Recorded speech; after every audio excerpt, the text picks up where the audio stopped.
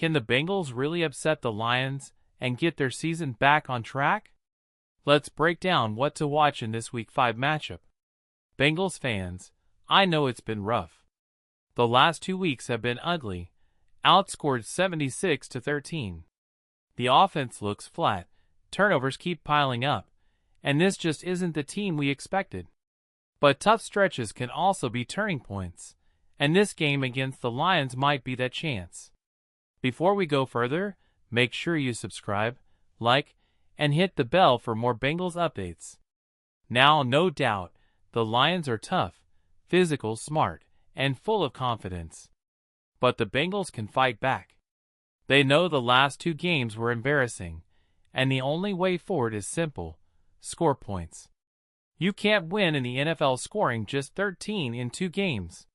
Protect the ball, finish drives, and turn chances into touchdowns. That's the first step if the Bengals want to shock the Lions in Detroit. This Bengals offense has weapons: Jamar Chase, Higgins, Chase Brown, Mike Gesicki, even young Andrei Iossibas.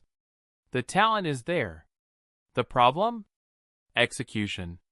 Jake Browning has to step up. Last week, the offensive line wasn't perfect, but they gave him enough to make plays. He didn't deliver. Missed reads, bad throws, slow decisions. Those mistakes killed drives. The truth is, both the line and the quarterback have to rise together. The line must protect better, but Browning also has to command the offense. And let's not leave out Zach Taylor. His play calling has to find rhythm. If this team wants to upset the Lions, the offense cannot look this flat again. Points have to come, plain and simple. Now on defense, one thing is crystal clear: turnovers. You're not going to hold Detroit to a bunch of 3-and-outs. That's not realistic. The Bengals must take the ball away. Jordan Battle already has 2 interceptions this year, and both came in wins. That's no coincidence. Turnovers change everything. If Cincinnati wants a real shot on Sunday, they have to win that battle. If there's a real path for the Bengals to win, it starts with turnovers, and not just 1. This defense needs to come up with 3, maybe even 4 takeaways. Pressure Jared Goff, force him into bad throws, punch the ball out, make something happen. 1 turnover might keep you close. Multiple turnovers give you a chance to shock the Lions. But it can't just be about defense. The Bengals need to hit the end zone early. Last week, they marched down the field on the opening drive and settled for a short field goal. That can't happen again. You've got to strike first, set the tone, and build real momentum. Imagine going up 14-0 before Detroit even finds its rhythm. That's the kind of fast start it takes to flip the script. Because let's be real, the Lions are loaded on offense. You're not going to win by grinding it out and hoping they slip up. Cincinnati has to create chaos, take the ball away, and cash in touchdowns when they get chances. That's the formula. Anything less, and the upset isn't happening. Now let's talk about the challenge of slowing down Detroit's offense. It starts with their backfield. Jahmyr Gibbs is electric, and David Montgomery gives them power and balance. That 1-2 punch is what makes this Lions attack so tough.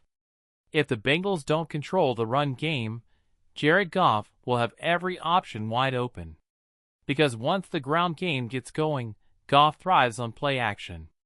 That's when he finds tight end Sam LaPorta, or gets Amon-Ra St. Brown working the middle, or hits Jameson Williams deep. And when that happens, it feels almost impossible to keep up. So for Cincinnati's defense, it's about 2 things. First, limit the run and make Detroit one-dimensional. Second, keep everything in front. Amon-Ra is dangerous after the catch.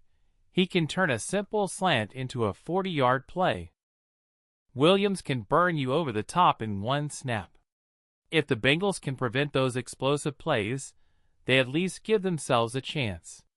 Here's the reality. Even if you slow down the Lions' run game, contain Amon-Ra St. Brown, and limit Sam LaPorta, you still have to deal with Jameson Williams. He's the type of receiver who can flip a game with 1 or 2 deep strikes. That's the danger.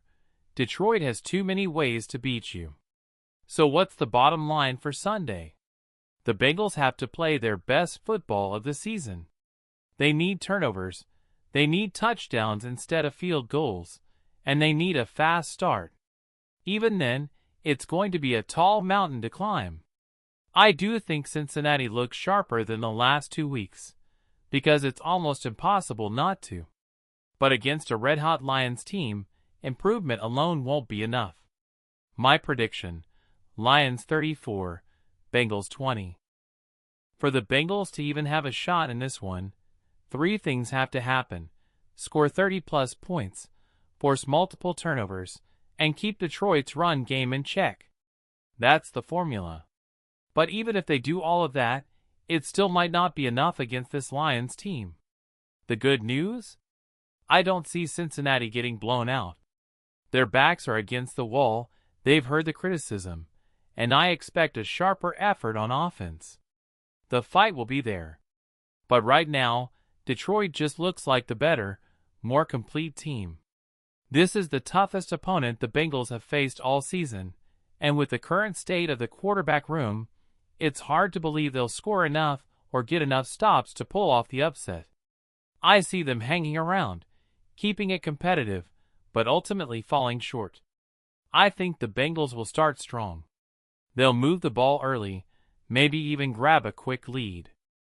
But over 4 quarters, the Lions' balance on offense, the run game, the play action, and their ability to protect the football will be too much. Detroit just has too many answers. Final score: Lions 34, Bengals 20. Cincinnati will fight. They'll show more life than the past 2 weeks, but it won't be enough. Still, this is a group that isn't quitting. The challenge now is to take steps forward, clean up mistakes, and keep fighting through the schedule. The season isn't over, but this week, the Lions are simply the better team.